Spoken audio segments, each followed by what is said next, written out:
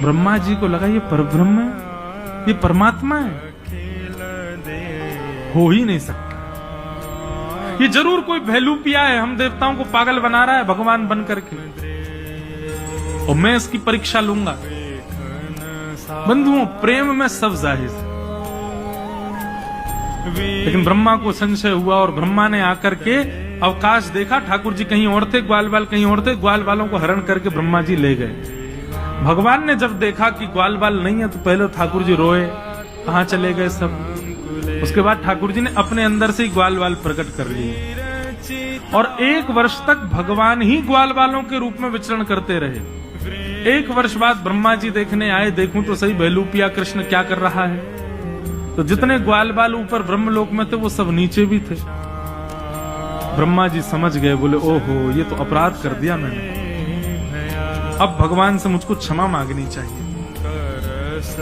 क्षमा मांगने के लिए ब्रह्मा जी जैसे ही ग्वाल बालों को लेने के लिए ब्रह्मलोक गए तो ब्रह्मा जी से पहले ब्रह्मा का रूप धारण करके भगवान चले गए ब्रह्मलोक और द्वारपालों से कह दिया आजकल नकली ब्रह्मा बहुत घूम रहे हैं, दूसरा कोई आवे तो मारपीट के भगा देना उसको,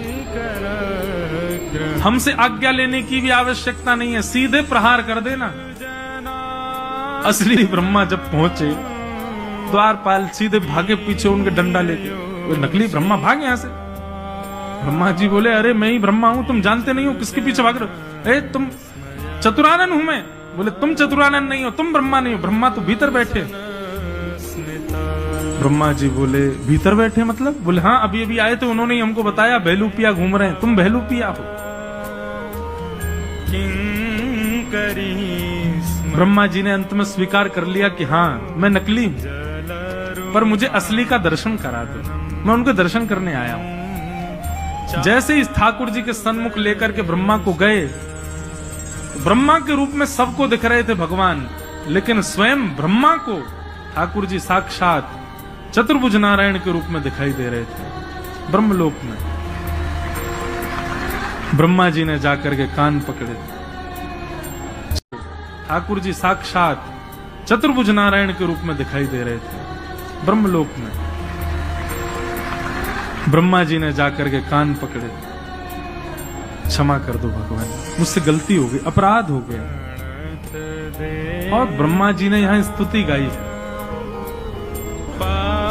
नो मिड्यते प्रभुपुषे टडिदंबराय गुंजावतम शबद परिपिच्छल सन्मुखाय। कम से कम 3 दिन तक इस स्तुति पर चर्चा हो सकती है, इतनी सुंदर स्तुति है ब्रह्मा जी की। लेकिन ब्रह्मा जी की स्तुति में आपको क्या दिखेगा पता है?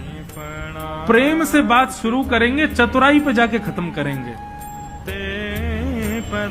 एक उदाहरण सुनो। ब्रह्मा जी कहते हैं उक्षेपणम गर्भ गतस्य पादयोः किम कल्पते मातुरदोक्ष जागसे। हे नाथ,